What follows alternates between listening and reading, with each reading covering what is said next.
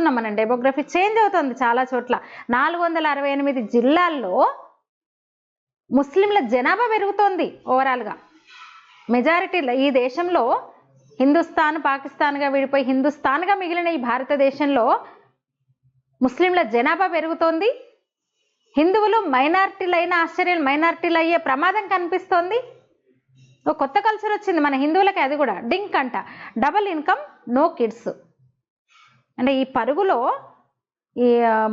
అసలు ఏం జరుగుతుంది చుట్టూ ఆలోచించలేని పరిస్థితి. అసలు పిల్లలే బరువు అనుకుంటున్నారు.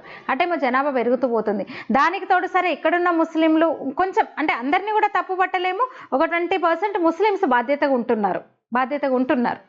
ఒకరిద్దరు పిల్లల విషయమే కదా, అన్ని విషయాలలో కూడా. కానీ 80% మంది ఎట్లా తయారవుతున్నారంటే ఉగ్రవాదుల్లో తయారైపోతున్నారు.